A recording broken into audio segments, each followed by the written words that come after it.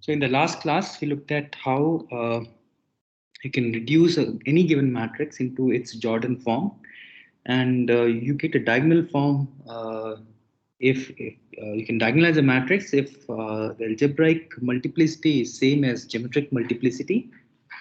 Otherwise, you can at least reduce the matrix in the Jordan form. If the eigenvalue is repeated and you don't have all the eigenvectors corresponding to that eigenvalue, then you can define generalized eigenvectors, and that would lead to the definition of this Jordan block that we learned about in the last class here. And let's say if the Jordan block for a single non-repeated eigenvalue would be a single block, lambda 2, for example. This is lambda equal to lambda 2. That's what we learned. Now, what happens if the eigenvalues are complex? Then how would the Jordan block look like? So that's what we'll investigate now. So complex eigenvalues, because you see that the matrix A has all real elements, so the characteristic polynomial that you get would always have the complex roots that do sort of come. They would always come in as complex conjugate pairs. So let's say if one root is alpha plus I beta, then you are sure that the other root would be alpha minus I beta. It has to be there, right? And the corresponding eigenvector will be also complex because A times x is lambda times x. In that case, if lambda is complex, then the equations would not be valid. The left hand side is real and the right hand side is complex, then it will not be valid. So the left hand side would also be complex, and that can be if the vector is complex. And that vector we write as e1 plus I e2, e1 plus I e2. Now, let's say if you operate A on E plus I E2, then you get the first eigenvalue, let's say, is alpha plus I beta into E plus I E2. Then you can compare the real part with real part. So you get A E1 is equal to, if you multiply this alpha times E1, alpha times E1 is here, the real part. I beta times I E2 is minus beta I2, E2. It will be here and it's real. So if you compare real with real, so A E1 is equal to alpha E1 minus beta E2. The complex part A E2 is going to be equal to beta times E1 is here and alpha times E2 is here. So it's going to be here. So A E2 will be equal to beta E1 plus alpha E2. So the complex, and now if you would perform similar operation for alpha minus I beta, you would see that the eigenvector for alpha minus I beta would be even minus IE2. That's what will turn out. And these equations, if you would perform this operation with this as the eigenvalue, you would end up getting same AE1 as alpha E1 minus beta E2 and AE2 as beta E1 plus alpha E2. Now, if we just worry about the Jordan block, because we don't have to worry about the entire writing the entire Jordan form for the matrix A, we just worry about the Jordan block.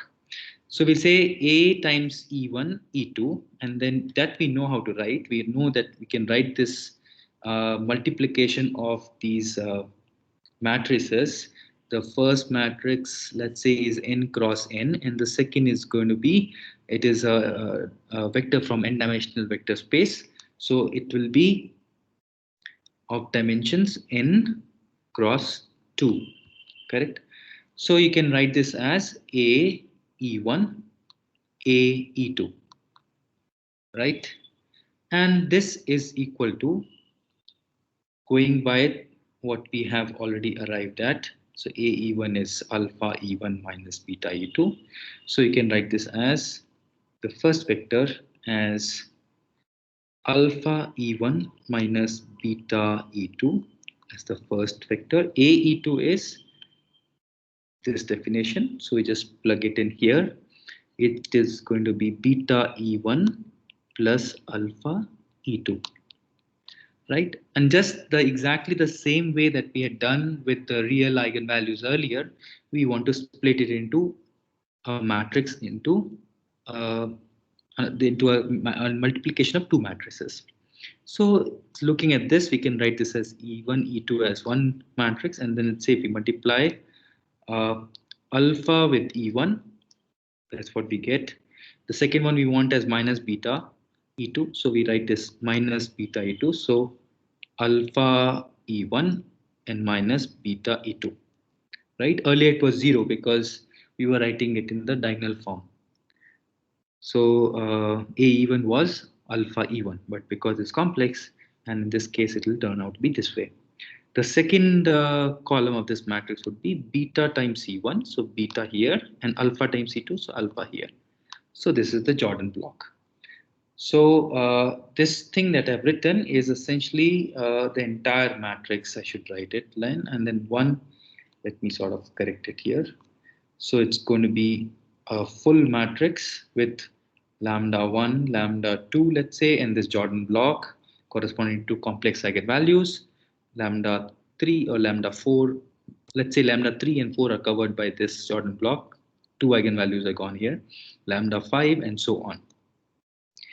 This is what it's going to look like. The Jordan block will look like in this case of complex eigenvalues.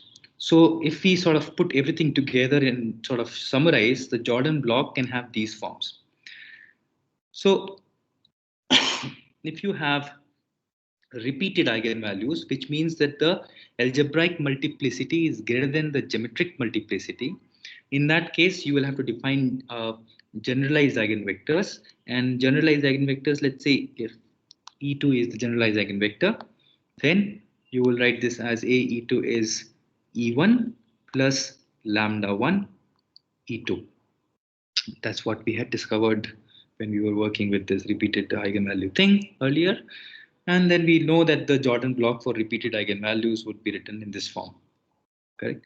So let's say if there is one possibility that I didn't cover here, and I will try to sort of put it correctly here. Is suppose if the number of eigenvectors, suppose if in this case, of course, algebraic multiplicity corresponding to lambda 1 is 3. That's 1, 2, 3. That is given. That doesn't change. And the geometric multiplicity, based on sort of the way we have sort of put the block, will be you can think of it as 1 because there are going by this you have two generalized eigenvectors defined, right?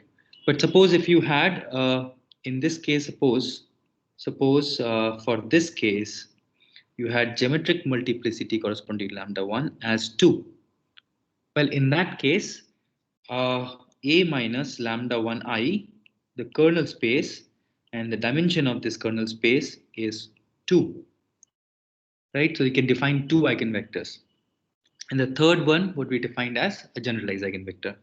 So in principle, you could write this as, in that case, the Jordan block will look like, if I can, this space would look like lambda 1, 0, 0. And the second eigenvalue is also lambda 1, and there is no generalized eigenvector there. And the third one is a generalized eigenvector, so you write it like this.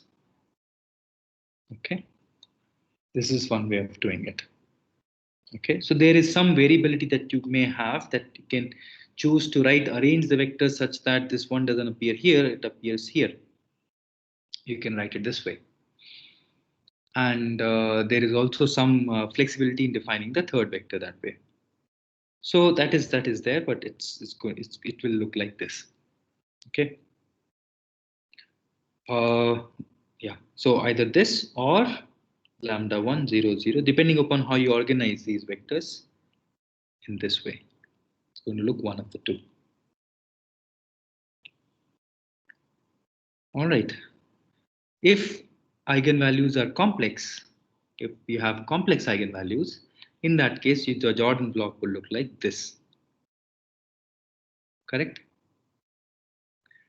And now, if you have repeated eigenvalues such that your algebraic multiplicity is same as geometric multiplicity, that means it has all the eigenvectors that you require corresponding to that eigenvalue that are there, then you will have a Jordan block looking like this without the extra ones added to the diagonal terms. And if it's not repeated, then they will appear just on the diagonal and everything will be 0. correct? So this is the most general Jordan block that you will see. So before I end this part, I would just like to say it becomes really easy to see these things if you know how to multiply these this kind of a matrix multiplication. So let's say this is a matrix that you have formed. Let's call this S, and you're writing it on the columns, and you can write this as AE1, AE2, and AEN. Correct? So if you can write it this way, if you learn, if you know, if you can see that this is happening, then rest of it is very easy, because then you can write this AE1 vector as lambda E1, lambda E2, and so on, lambda En. So that becomes easy, and then you can see that it's already sort of diagonalized this way. You can write this as E1, E2, so on to En, and then you have lambda 1, 0, lambda 2, and so on.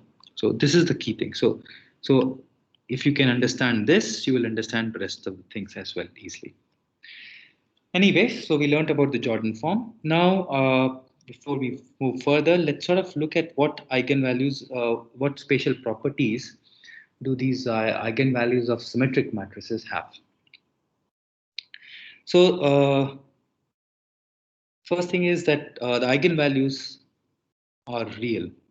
They don't have any complex component. That's one of the first of the property of symmetric matrices.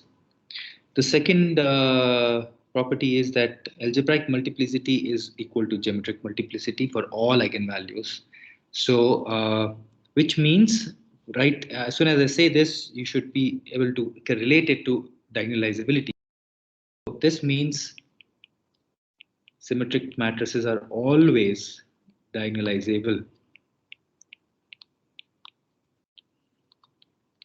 Always. Next thing is another interesting thing is eigenvectors are orthogonal.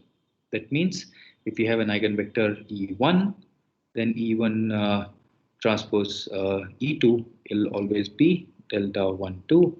As we had seen earlier, the definition of delta 1 2 is canonical delta. If delta 1 2 is there, then you can say 0.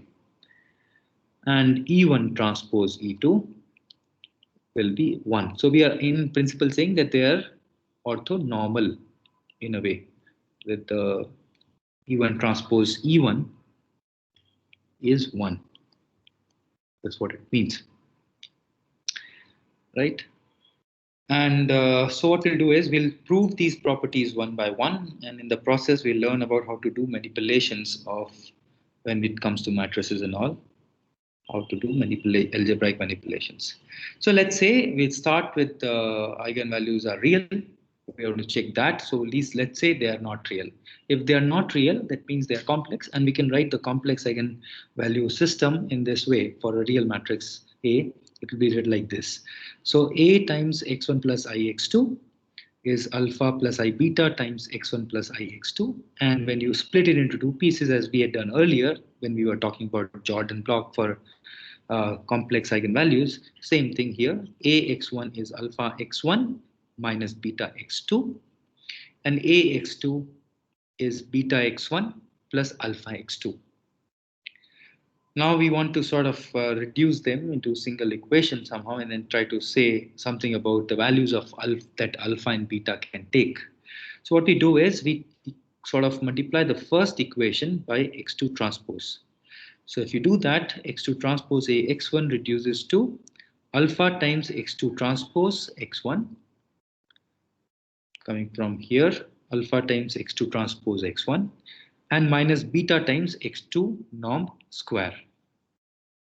Correct?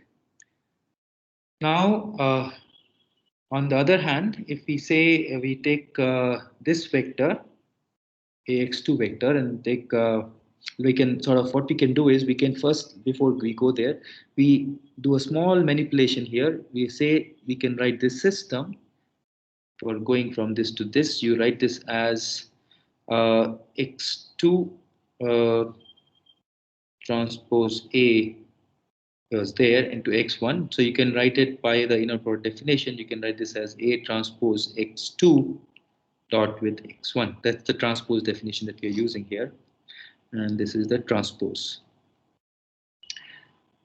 So I'll write this out with a different pen so that you can see. Right, so we have done that. This is exactly that thing, and this is just another way of writing this. We have written this way. So this is the left hand side. Now, because A transpose X2, A transpose because it's symmetric, A transpose is A. And what we have written here is from here to here, you will use A times X2. That is given here. So now that we have this A times X2, we just plug it in here. So it's beta times X1 plus alpha times X2 and then transpose into X1. When we do that, we see that first here we have beta x1 transpose x1, so you get beta x1 norm square. Alpha x2 transpose x1 is alpha x2 transpose x1, so we can cancel them. What you're left with is beta norm of x1 square plus beta norm of x2 square, and that is equal to 0. Now this cannot be 0 because if this was 0, then x1 0 or x2 0, one of the two would be 0, and then that means they cannot be eigenvectors. But they are eigenvectors the way we have put them down. So it is sort of, we can say it is implies that beta must be 0, and if beta is 0, it implies that eigenvalues are real or always real because we took just generic case, right? So that's what we get from here. So the symmetric matrix, and this is the place where we have used the property A transpose X2 was written as A times X2. That's where we had used the property of symmetric matrices, and that's what lead to this kind of derivation, where we landed up with beta being equal to 0. Now, the second property is that the algebraic multiplicity is always equal to geometric multiplicity for matrices, for symmetric matrices. That means they have always the complete set of eigenvectors available to them. So what we do is, now that we know, so how to check whether AM is greater than GM, how to check this? We say, let us say A has, let's say, we'll prove it by contradiction. Let's say A has generalized eigenvectors. If it has generalized eigenvectors, there is a root which is repeated. If the root is not repeated, then they have their own set of eigen values individually. But if the root is repeated, then there is a possibility that they may not have same set of the same number of eigenvectors. So in that case, we say that let's say if AM is greater than 0, and if the uh, uh, in that case you will have you know how to define generalized eigenvectors. So let's say there are generalized eigenvectors. AM is greater than GM, and the generalized vectors exist. That's the starting point for the proof. And in that case, let's say if V is an eigenvector, then the generalized eigenvector W can be written as A minus lambda I W is V. That's how we define it. Now we take dot product on both sides with B. So we get V transpose A minus lambda I W and V transpose V, which means that you have A minus lambda I transpose V transpose W. Right? This is what you get.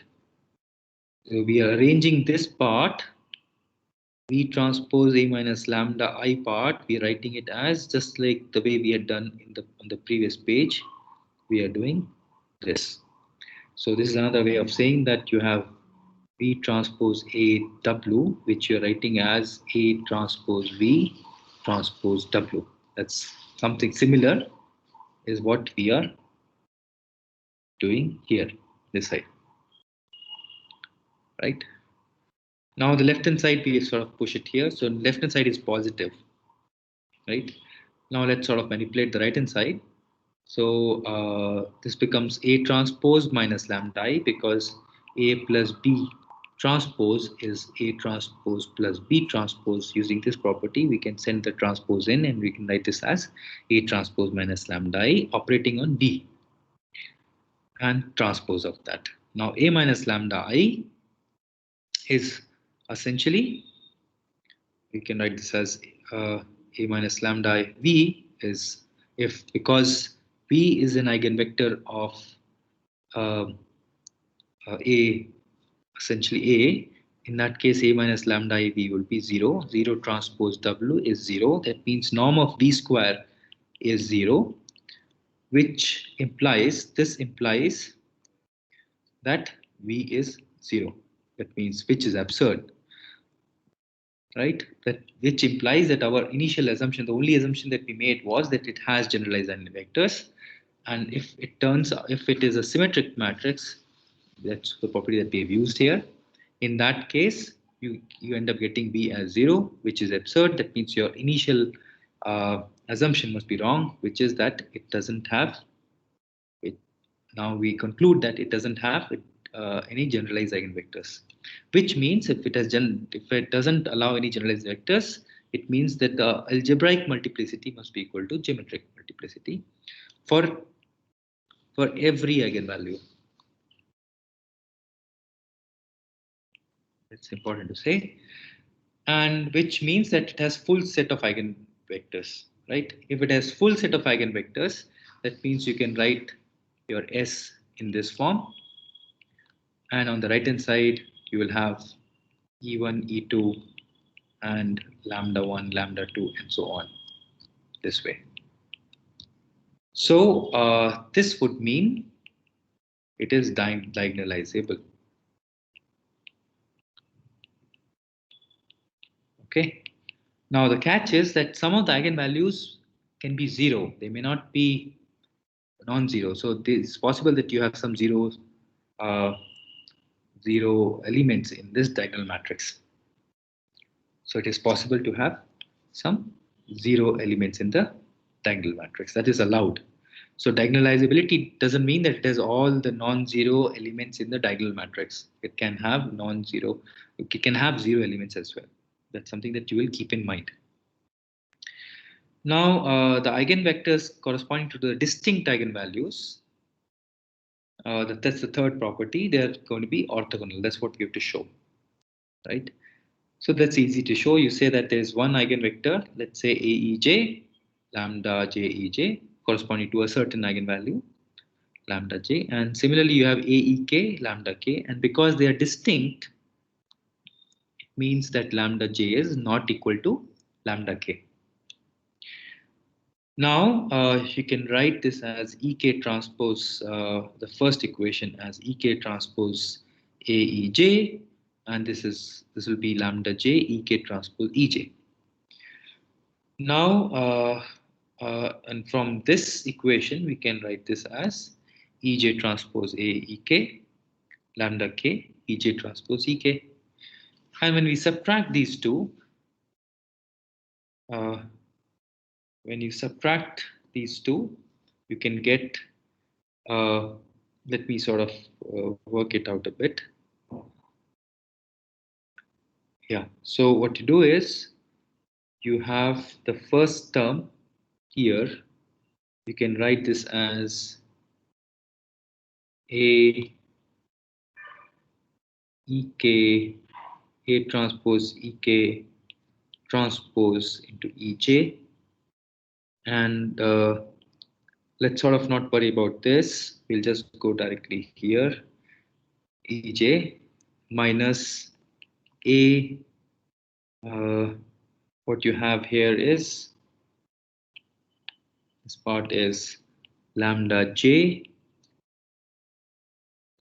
You have EK transpose EJ equal to 0. That's what you have.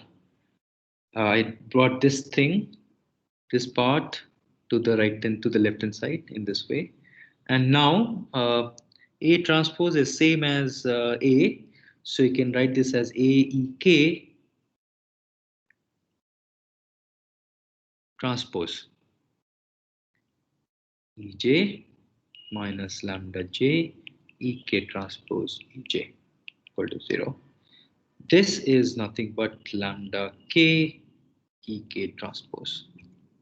So we plug it in here in this part, and now this implies the above equation can be written as lambda k minus lambda j ek transpose ej is equal to 0, which means that we started with this thing that lambda j is not equal to lambda k. That's what we started with.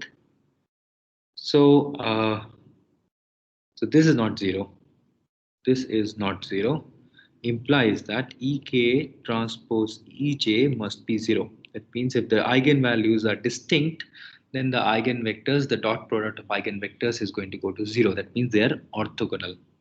That's what we conclude from here. And you may be wondering if it is repeated, then you have, because you have the full set, then given three eigenvectors to begin with, you can always construct by using Gram-Schmidt orthogonalization. For a repeated eigenvalue, you can always construct an orthogonal basis. So that way you can essentially make all the vectors that you had in this set E1, E2, En, you can make all of them as orthogonal.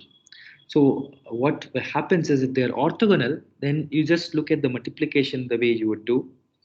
If they're orthogonal, then let's say if we write it this way, E1, E2, En, and you have lambda 1, lambda 2, and so on, whatever the values are, because they're real, and so you can always write it in the diagonal form, right? So suppose if you look at orthogonal, and these are all orthogonal vectors. So if you form a matrix with the elements, with the columns as orthogonal vectors, then you get a spatial property, which is, that means, let's say if you have a matrix E1, E2, and so on till En, and then you're multiplying it with vectors, which are, let's say, let me write it down on the left hand side as E1 transpose, E2 transpose, and so on till En. So this is the multiplication we are performing. And now if you perform this multiplication, then the term by term, the way we'll get it is, so you can see E1 transpose multiplied by E1. So you get E1 transpose E1. The second term is E1 transpose into E2. Now E1 transpose dot E2, you know it's 0. So you have a 0, and so on, everything is 0. When you go to the second row, which is E2 transpose, you multiply it by E1, you get E2 transpose E1, which is 0. And then the second term that you get is E2 transpose E2, and the rest are all 0. Similarly, everything turns out to be 0, and only the diagonal elements are non-zero. In fact, because they are orthonormal vectors that we have chosen, so we can scale them such that E1 transpose E1 is 1. We can scale the eigen vectors in that fashion. So you get a 0 here, and 1, and 0, and so on. So if you construct a matrix, this is identity matrix. So if you construct a matrix with the vectors as orthonormal vectors, then you get Q transpose. Let's say call this Q. If we call this matrix as Q, then this will be Q transpose. So Q transpose Q is equal to, as you can see, is equal to identity matrix if the vectors are orthonormal to each other, which implies that Q inverse must be equal to Q transpose. So such matrices we call as orthogonal matrices. So for orthogonal matrices, Q transpose is Q inverse. That's how you can prove it also. Correct?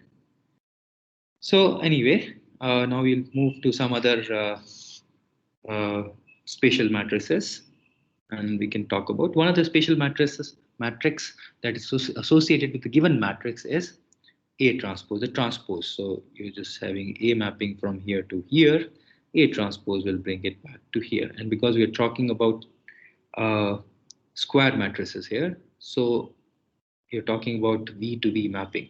So A belongs to mappings V to V, the matrix form. Now, in that case, because you know the determinant of A minus lambda A was giving you the characteristic polynomial, the roots of which the characteristic equation were the eigenvalues. So that was determinant of A minus lambda I. Now we see that because A is a symmetric matrix, so determinant of A is essentially determinant of A minus. You can write this. No, I'm so sorry. It's not nothing to do with symmetric matrices. Now somewhere we had seen that determinant of A earlier when we were looking at the properties of determinants. We had looked at determinant of A being equal to determinant of A transpose. So that means you have determinant of A transpose, A minus lambda I transpose, and A minus B, A plus B transpose, as you know, is A transpose plus B transpose. So it reduces to A transpose minus lambda I, which means the characteristic polynomial, if you would have started with A transpose as the matrix, you will get the same characteristic polynomial. That means the roots of this would be same, which means that A and A transpose have the same set of eigenvalues. But do they have the same eigenvectors also? In general, they have different eigenvectors, especially if they're not symmetric, then of course they will have different eigenvectors, A and A transpose. Right. So eigenvalues are same for A transpose of A, but eigenvectors can be different. Now, if you look at triangular matrices, so determinant of a triangular matrix is will be multiplication of the diagonal entries that we had seen earlier when we were looking at the properties of determinants. So this will be product. This is the product symbol, product of all the n diagonal entries. Ui minus lambda are the diagonal entries, and that gives you the characteristic polynomial. So instead of factorizing, now you don't have to factorize. The roots of this characteristic equation will be the diagonal entries. So the diagonal entries are the eigenvalues for a triangular matrix. Upper triangular or lower triangular, it doesn't matter for both. Now, going by the same, if you extend the concept that for to block diagonal matrices. So let's say if you have a matrix A which has blocks, let's say alpha, beta, gamma, delta, and the rest are zero, and then you have here another one, let's say A11, B11, C11, D11. So they are like blocks. The remaining elements are all zero. So only in the diagonal part you have these matrices which are non-zero elements, and you can always break it into small square matrices like this. So if you can break it into square matrices, then you can write that A matrix into these A1, A2, A3 as the three blocks, okay, of the of this matrix. Now, we will analyze this, but we'll just first state it. Eigenvalues of A1, A2, and A3 would be the eigenvalues of A that you can see already. Because if you would look at the determinant of this thing, determinant of A would be determinant of A1 into determinant of A2 into determinant of A3. That's how this is set. Correct? So, now you know that determinant of A into B is same as determinant of A into determinant of B. So the eigenvalues would be also getting repeated the same way. I mean, would be coming out the same way, the roots of that. So the eigenvectors of A would be essentially would be the eigenvectors corresponding to these eigenvalues of A1, A2, and A3, but with appended zeros up and down, because A times x vector would be something like, you can write this as A1 0 0 0 A2 0 0 0 A3. Now we'll suppose we are looking at the eigenvector for A2, we can write this as 0 V and 0. On the next page, I think we're discussing that. So let's say if we choose A1 as P cross P dimension, and A2 has the size Q cross Q, and A3 is R cross R. So the matrix A then would have the size would belong to P plus Q plus R times P plus Q plus R. That's what it will belong to. And then let's say if we're looking at lambda 2, let's say is the eigenvalue corresponding, one of the eigenvalues corresponding to the block matrix A2. Then, and the V is a corresponding eigenvector. The size of V would be, of course, Q cross 1, right? That will be the size of the B vector. Now we can arrange it in this fashion. Let's say the 0 vector with the P cross 1. Then we put P Q cross 1, and then you have 0 R cross 1. Okay, this is R cross 1. Now when you would multiply, the A1 part would get multiplied to this, A2 part will get multiplied to this, A3 part will get multiplied to this. You'll get A1 0, A2V, and A3 0. So you get an A2V is what? Because it's an eigenvector with the eigenvalue lambda 2.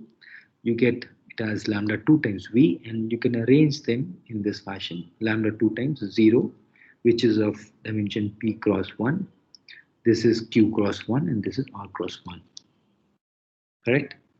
So which means that this A times this spatial vector V prime, let's say, is essentially lambda 2 times V prime, where V prime we have constructed in this form. Correct? So, and similarly, you can have eigenvalues of A1 if you have eigenvalue is, let's say, has say eigenvalue lambda 1. And let's say the eigenvector is, let's say, V1, it's eigenvector. Then you can write this as the eigenvector of A would be the lambda 1 would be the eigenvalue of A, and the eigenvector would be given by V 0 0, where V will be now P cross 1. This is V1. V1 would be P cross 1. 0 will be Q cross 1, and this 0 will be R cross 1. That's the vector. And the entire thing is P plus Q plus R cross 1. That's the huge vector for the eigenvector for A. Correct? Similarly for A3 blocks also. So all the eigenvalues of lambda 1 of A1 and A3 together are the eigenvalues of A. That's the complete set of eigenvalues for the matrix, big matrix A. And the individual eigenvectors will be the eigenvectors in this spatial form. You can construct the eigenvectors for A from there. Now, now suppose sometimes, very often, you will end up getting, you might have to calculate A to the power k. Suppose if there is, uh, as I was mentioning earlier, that you are operating. So there's an operator. There's the dynamics is given by, let's say you have x naught as the initial condition. Then you operate it once, you get the next vector x1, and then you have ax1. So this is how things are evolving using some operator a. Let's say that's the dynamical operator that you might have. In that case, you may end up something like eventually saying a to the power k on x naught is what. So for that, you need to know how you can write a to the power k. Now for diagonalizable matrices, it becomes really straightforward. And for example, for symmetric matrices, of course, it's very straightforward. So for diagonalizable matrices, we can write them as S inverse A S as D. Now A is SD S inverse, where D is a diagonal matrix and S is an invertible matrix. If you want to write A to the power K, then you write it K times, and then you see that S inverse into S is identity, S inverse S is identity, and S inverse S is identity. And this reduces to A to the power K becoming S dk D to the power K S inverse. So if you have this diagonalized version, or if you have all the eigenvalues, then it's very straightforward to write these things. Right? Because if you have the eigenvalues and eigenvectors, you can construct S and D from there. Then all that you have to do is you have to sort of write the diagonal entries, which are D11 as D1 to the power K and so on. The remaining are 0. This is your D to the power K, and multiplied by S and S inverse, where S is collection of all the eigenvectors E1 to En. Correct? And for symmetric matrices, it's even easier, because then S inverse also you don't have to compute. That would be Q transpose. So it will be same as S transpose. If A is symmetric, that's what you'll get, right? So calculation of 8 per k is easy. D you have already seen. Now suppose if you have a polynomial, because now you can construct a polynomial function of f of a in this fashion. Let's say summation alpha k a to the power k. That's the polynomial that you're writing. So that's a polynomial of a, correct? Now we just saw that how to evaluate it per k. We saw that you can write this as alpha k s into d to the power k s inverse, right? And now you can pull out s, so you can say s summation alpha k d to the power k, and we know how to evaluate d to the power k, which is in this fashion. So putting together, you would be getting something like this: S inverse, function of D11, function of D22, function of Dn in this fashion, multiplied by S. Or other way around, whichever way you're writing your thing. I think we have been writing this as can write S into S inverse. So we'll just choose to write it that way only. So as S, and we will write it in as S inverse. So that's what you get. Now, once you can write it for a polynomial function of this, let's sort of look at other kind of functions of the matrix A. Let's define exponential of A. So exponential of A is extremely useful when you're looking at a system of linear ODEs. So you can get something like you can have x vector as, let's say, x1, x2, two variables, let's say, for two variables only, we can just for illustration. Then your x dot, let's say, is x1 dot and x2 dot, of course. And then the equation for x1 dot and x2 dot is given by, let's say, alpha times x1, beta times x2, gamma times x1 plus delta times x2. So you can write this equation as x dot vector a times x vector, correct? And then you can say the solution is where x dot is, let's say, uh, let me expand here. It will be something like here it is dx1 dt, dx2 dt, some function of some variable t. So you get this. So you can write from your knowledge of uh, solution of linear ODEs, first order ODEs, you can write this as e to the power at x at time t0. So that will be the solution of this sort of equation in this way. But for that, you need to know how to write e to the power at. E to the power at, essentially, the better way would be t times a. You're scaling a with t and then taking exponential of that, which is essentially a is essentially your this thing. So it becomes exponential of the matrix alpha t, beta t, gamma t, delta t. That's the exponential times the vector x0. Now you have to evaluate this matrix exponential of a t. So some exponential. Therefore, it's useful to know how to evaluate exponentials. So exponentials, we know the expansion for exponentials. So we can use e to the power x, we know can be written as 1 plus x square by 2 factorial plus x cube by 3 factorial and so on till infinity, right? We can use the same definition here. Say e to the power a is I plus a square by 2 factorial plus so on till infinity. Now, if it is diagonalizable, it becomes extremely easy to write the exponential. You can write using the same concept that as we had used here for this part.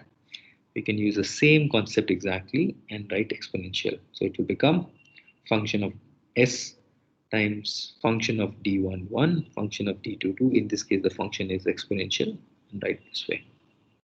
Correct? That's how you can write exponential. And once you know this, you know pretty much the, the solution to this coupled ODEs, right? So now the like in if it is not diagonalizable, then you can at least use Cayley-Hamilton theorem to write the other powers, like a to power n is there by n factorial, and a to power n plus 1 will be there. So this part can be written using Cayley-Hamilton theorem. So Cayley-Hamilton theorem, if you remember, was minus a to the power n can be written in terms of the lower powers of a, this fashion. And from so that minus a to the power n you can write easily. Now, if you want to write minus a to the power n plus 1, then you multiply it by this equation by, uh, or if you want to just get a to the power n plus 1, you multiply this equation by a, you get a to the power n plus 1. Here you get a to the power n. But then you know a to the power n can be written by Cayley-Hamilton theorem into the lower powers. So essentially, eventually, if I can expand further below this equation, you will be getting something like 8 a n plus 1 can be written as, if we just substitute the value of minus 1 to the power something else. So it can be written as a function of mu1, mu2, so on, and a to the a sort of a, I should write I a square till a to the power n minus 1. So the evaluation of higher powers can be done in terms of the lower powers, and sometimes it can reduce for certain smaller matrices, 3 cross 3 and all. It can be a convenient expression to use. Anyway, so same way you can do it for higher powers. So eventually you'll get something like exponential a can be written as identity, a function of mu1 to mu times a function of mu2, mu1, mu2, and so on times a square, and so on till function of again mu1, mu2, so on multiplied by a n minus 1. So you can write any series in this fashion, but especially exponential of a, even if it is not diagonalizable, you can write it in this fashion. Now, key point to note is this is always going to be a positive definite matrix. Now, what is a positive definite matrix? It just means that all eigenvalues of this matrix are going to be positive. That's what it means. And the positive definiteness in a strictest way, the way it is defined is by this definition. This is the definition of positive definiteness. Or in this case, because we are allowing the equality also to hold, we call it semi-positive definiteness or positive semi-definiteness. So this positive semi-definiteness is because of this equality. This equality we are sure is not there. It's always greater than 0. Then you can call it positive definite. And this is true for all vectors of x. And of course, you can add that they're not equal to all vectors of x not equal to 0. For them, this if it's greater than 0, then you'll call it positive definite matrix. So yeah.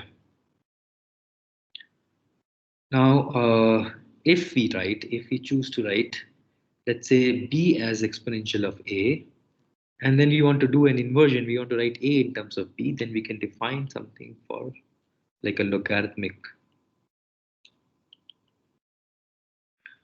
function of a matrix. So logarithmic function is defined by definition of exponential. So the inverse of that gives you logarithmic. So if b is exponential of a, then a is logarithmic of b. That's how you'll define. That's how you'll define the logarithm. Now, that's exactly the same way we defined exponential. You can define sine and cos also. So sine a, the series is a minus a cubed by 3 factorial plus so on. So you can write it in this fashion. And cos a can be written as I minus a square by 2 factorial, and it can be written in this fashion. So this is the expansion for sine a. So you're writing sine a and cos a for a matrix. You can define such functions for matrices as well. And it turns out that if you will do the same operations that you do with normal trigonometric functions, you can see that sine square a plus cos square a will turn out to be an identity matrix. This interesting result comes out. So that's about it. And of course, if it is diagonalizable, as we said, that we can just push that function inside. So sine of a would become s times sine of d11, sine of d22, sine of dnn times sine in s inverse. That's what it will reduce to. So that is easy to say. Now, this is where we sort of Yeah, this will go to the next topic now, which is called singular value decomposition. And this is there's a theorem which says that you can take any matrix of any size, square or non-square, doesn't matter. So we say that any real matrix, because we talk about real matrices here, A belonging to real matrix M cross N. If you take that, then you can always decompose that matrix A into this form: U sigma B transpose, where U is essentially a matrix, a square matrix of size M cross M. This is a diagonal matrix in the sense that can be defined for non-square matrices. This is a diagonal matrix of size R M cross N. And this last matrix, this V matrix that you have, which you are taking transpose of, is another matrix of size N cross N. And U and V are orthogonal matrices. That means U inverse is U transpose. As we had discussed, that this means that the elements, the column vectors of U are orthonormal to each other. And U is orthogonal matrix, and so is V. So both U and V are orthogonal matrices. So U and V are orthogonal matrices. And as I said, the sigma is a diagonal matrix with entries. This is how we'll define. Suppose if M was greater than N, because sigma belongs to R M cross N size, that's the size of it. So if M is greater than N, that means it has more number of rows than columns. In that case, the diagonal would go straight and hit the nth column somewhere. And the rows below it would be all zero. So you'll have a lot of zero rows in this case, right? So number of zeros would be M minus N in this case, okay? At least. Of course, some of the values sigma 1 to sigma N, some of them can be zero, but at least these many would be at least zero, M minus N, zero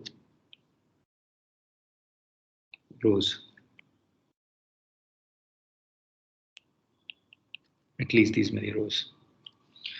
Now these entries, the diagonal entries are called, their sigma 1 to sigma n are called singular values. That's a special name given to it.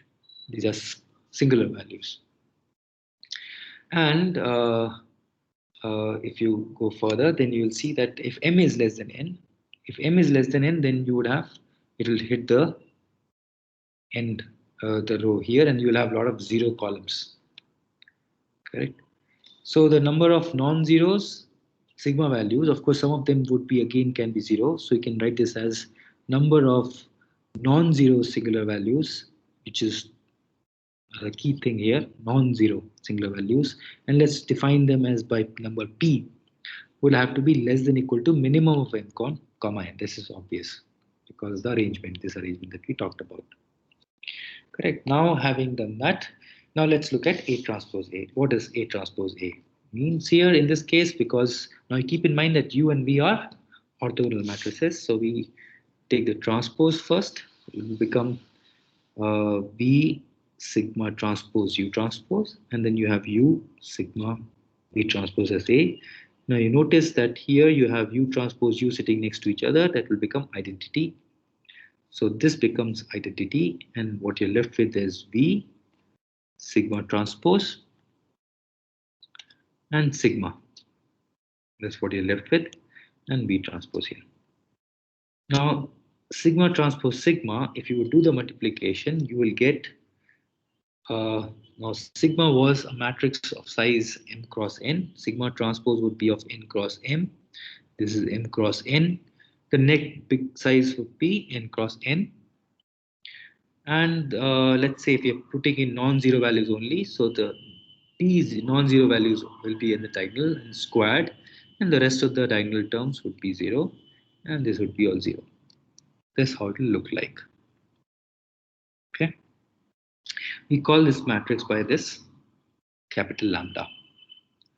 That means A transpose AV can be written as V times lambda, because we take this V transpose to the other side. If we take it to the other side, becomes V transpose inverse, which is nothing but V because it's an orthogonal matrix. So V transpose inverse is V inverse transpose, which is V transpose transpose, and so you get V.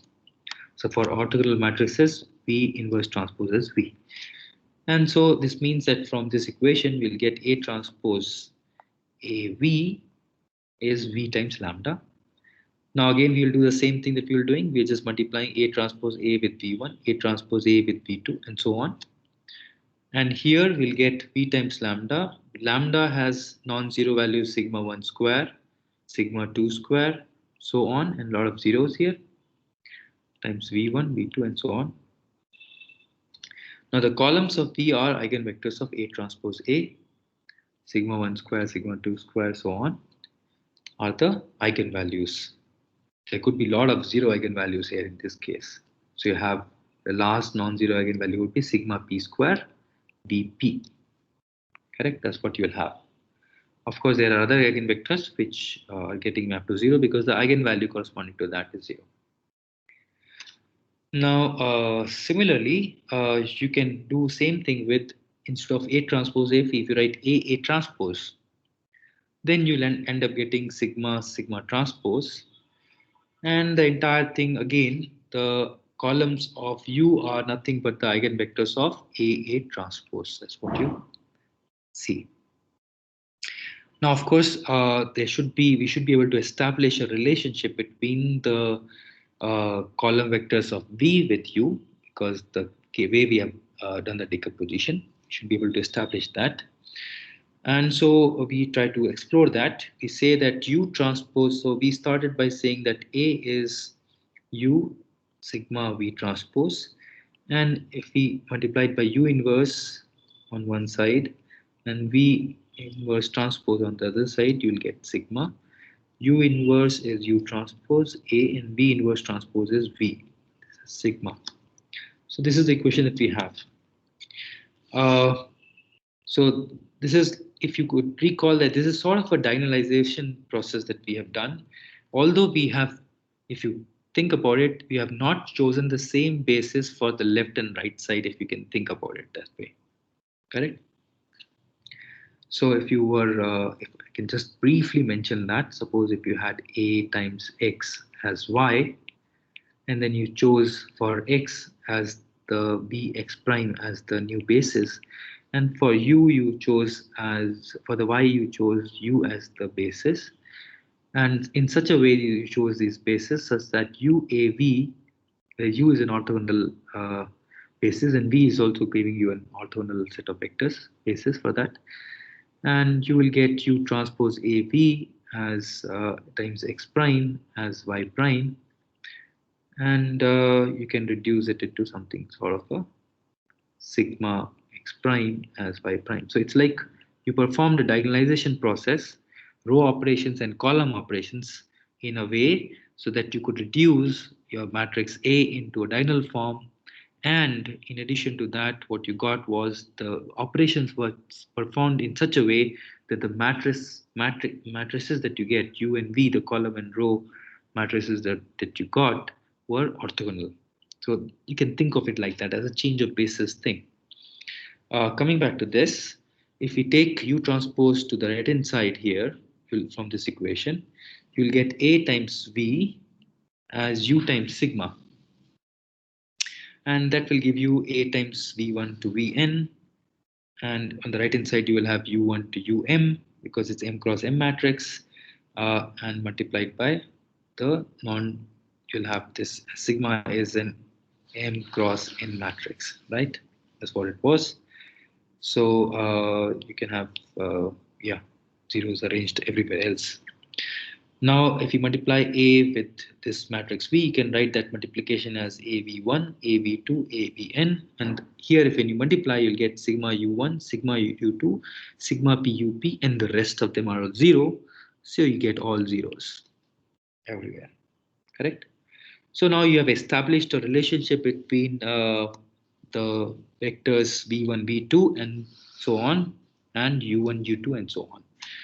So if you know, if you solve one of the eigenvalues problem here in this fashion, suppose if you solve for V and you want to find out U, you don't have to solve another eigenvalue problem that we sort of had initially said that you can get columns of U from. So instead of solving this problem, what we do is we just use this. This is simpler to get. So from here you can uniquely get, you can relate uniquely U vectors of U with vectors of V. So U1 is going to be AV1 by sigma 1, U2 will be AV2 by sigma 2, UP will be APP by sigma P. That's the relation. And for if you are because beyond that you cannot relate anything, so they're all zero. So which means that AVP plus 1 will be 0 and so on till AVN all zeros, right? This is what you're getting. Or AB, you have cross N. So you have this, and yeah, so you have all zeros here, correct? ABN all zeros, and right. So you have AVKs as all zeros for k greater than P. Now, that means you cannot determine in terms of the relation between V and U beyond this value of UP. But you can add to this matrix, which is set of orthogonal matrix vectors. You can add from the orthonormal basis of Rm. You can add some more set of vectors which are orthogonal by using Gram-Schmidt or something. You can add some more vectors to this, and the new set of this entire set that you will form will be an orthonormal basis for Rm, right? Where the first P vectors have a special meaning because the first P vectors can be related to the first V vectors of the matrix V. Same way. So now, if we we can sort of course, we can rearrange them in different way. So we can say AV1, AV2, right? AV1 was sigma 1 U1, AV2 was sigma 2 U2. But you can always say, no, I'll have V2 vector first and V1 vector.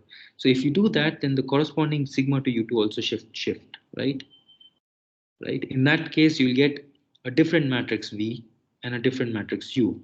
So SVD is not unique, but it is a non-unique in a spatial way, where these vectors that you had relations of the first P vectors, they have to be arranged in a certain way. And the remaining vectors which you found out by choosing an orthonormal basis, that those you can rearrange the way you want. Those you don't care about.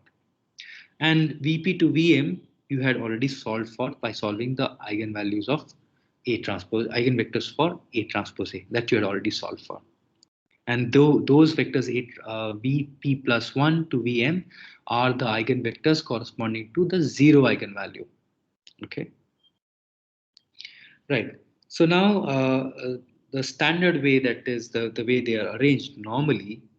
And okay, just one more point, that because A transpose A is a symmetric matrix, so you know that the entire set corresponding to the zero eigenvalue would also be there, and you can form an orthonormal set of vectors from there.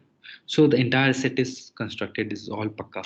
There is no issue anywhere in construction of this matrix U, V, and A. And as I mentioned, the non-uniqueness that is there is only in the arrangement of these numbers, of these set of vectors that you have obtained. Only these columns can be rearranged in whichever way you want. Of course, the left hand side should correspond to the right hand side in a certain way. Correct. So apart from that, there is no constraint. In apart from that, the SVD that you will get would be unique. So if the normal way of arranging, of course, you can arrange in whichever way, but the normal way is that you arrange them in a descending order. That sigma 1 should be the first diagonal entry of the matrix sigma, and so on. Now, suppose if we look at A times X now, you can see that U sigma V transpose of X is there. Now, well, let's call this V transpose X as some Y, because it's some other basis that you're choosing, and V is invertible, so you can treat it as a change of basis matrix. We can write this as U sigma Y. And sigma y is now can be written as sigma 1 y1, sigma 2 y2, sigma r yr, or sigma p yp, whichever is smaller, and then remaining are all 0. remaining elements are 0. And when you do this multiplication, you will get ax as sigma 1 y1 times u1 vector plus sigma 2 y2 into u2 vector and so on till ur, but remaining are 0. Which means that the range of A is given by the first R vectors or P vectors, whichever way you sort of look at it, which correspond to the non-zero singular values. So the range of A is nothing but the collection that is spanned by the vectors U, the first P vec columns of the vector U, they correspond to the non-zero singular values. That's what this range of A will be given by. And range of, if you look at the other part where we had assumed that V transpose X is Y, so X can be written as V of Y. And now, when you do this V of Y, you can write them as Y1, Y2, and so on. And of course, you had YR, VR somewhere, and plus so on.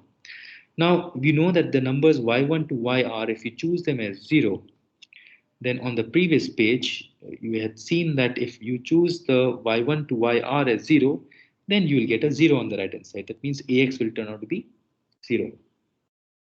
This will mean that AX is 0, correct? Which means that if you choose y1 to yr as 0 and the remaining vectors that you see now, the remaining combination yr vr plus 1, yr plus 2 into vr plus 2, and so on till yn vn, this spans essentially this is a linear combination. If you get a vector x by linear combination of these vectors, you will map to 0 that you are sure of. That means the null space of A is spanned by the vectors Vr plus 1 to Vn, right? That means if you have a certain, that means if you have a vector x, that means if you have an initial condition x naught, which has these vectors Vr is into this like summation, of course, alpha k vk, that's how you're forming it.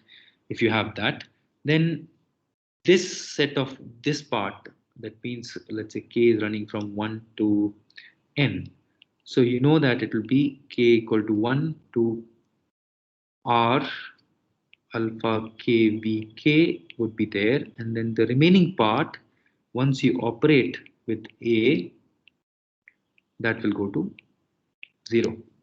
So only important initial condition, the important part of the initial condition would be given by the first R vectors. And then further, you know that A operates on Vk. So you know that Ax naught can be written as alpha k A times Vk. And A times Vk is nothing but sigma k Uk. Correct? That's what you get as Ax naught. So if you're multiple times you're doing it, so let's say a to the power, let's say m, or no, let's say s, or let's say l, a to the power l x naught, a times l x naught vector would be summation alpha k sigma k to the power, if you're operating it that way, you should be able to say that it's going to be further if you apply. I cannot write it in this fashion, of course, because, oh no, we cannot do that. We cannot write it this way. We cannot write it this way, but from here itself we can say the reason why we cannot do that is because A was like this, and if you arrive here, this is Rm space and this was Rn space, then you cannot operate with A. That's a problem. So you cannot do this part. So what we have here is, here from here itself we can say that this is getting sigma k times uk. So if sigma k is bigger than the other values, much bigger, let's say if sigma 1 is much bigger than sigma 2 and so on, then you know that the system is going somewhere with alpha k sigma 1 uk. So alpha 1 sigma 1 u1, right? So somewhere you can approximate it by that vector. If it was a square matrix, then suddenly I can also talk about multiple operations of that. And that's what happens in real systems. So in real systems, you have a to the power, let's say L we were talking about. In that case, M is equal to N, right? Then you'll get something like alpha K, sigma K, A times UK, and then you can define something about that. And that part will get enhanced is what you should get. Maybe I'll have to work this out before I can say more about it. But you can just try it out what you get if you have multiple times of operations of A. But SVD in terms of decomposition is it's I think it's important to identify these modes itself through these values, singular values, and that tells you immediately which one is the important mode that you should worry about. That's what you get to know from there.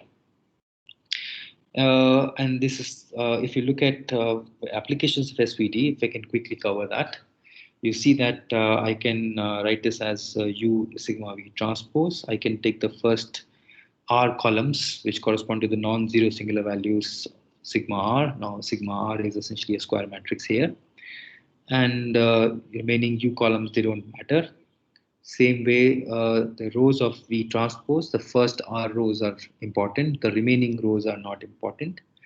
And then the product that when you perform, you will say that you can reduce A to something like UR sigma R VR transpose, which is nothing but collection of these numbers.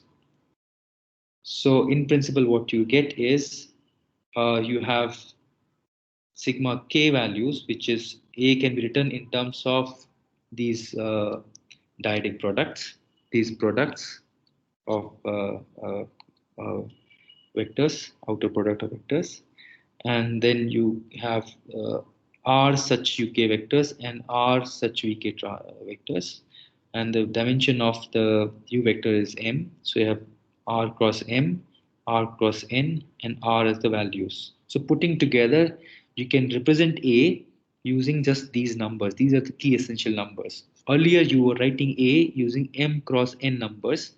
Now you're writing with R cross R times N plus M plus 1 numbers. So clearly, you're using much lesser number of lesser numbers to represent A, and therefore you can send it as for data compression. This is used in image compression very often when you're sending information from the satellite or something. Then you can send the essential image parts only. You can send the SVD parts corresponding to the essential values of sigma. So you can always set a tolerance that if sigma is less than 10 power minus, let's say, 3, say, if we say that, and then you can say make a rule that if it's less than that, then sigma is 0. So you can make a lot of these non-zero values also as 0 for general case, and take only the essential, the key significant singular values for construction of A. And you'll be doing a good job. That's very often done for image compression. Now there's another other part to it, which is least square method. Uh, I think we are crossing time, so we'll stop here and we'll pick up the least square method next time. And next time we'll start with uh, tensors.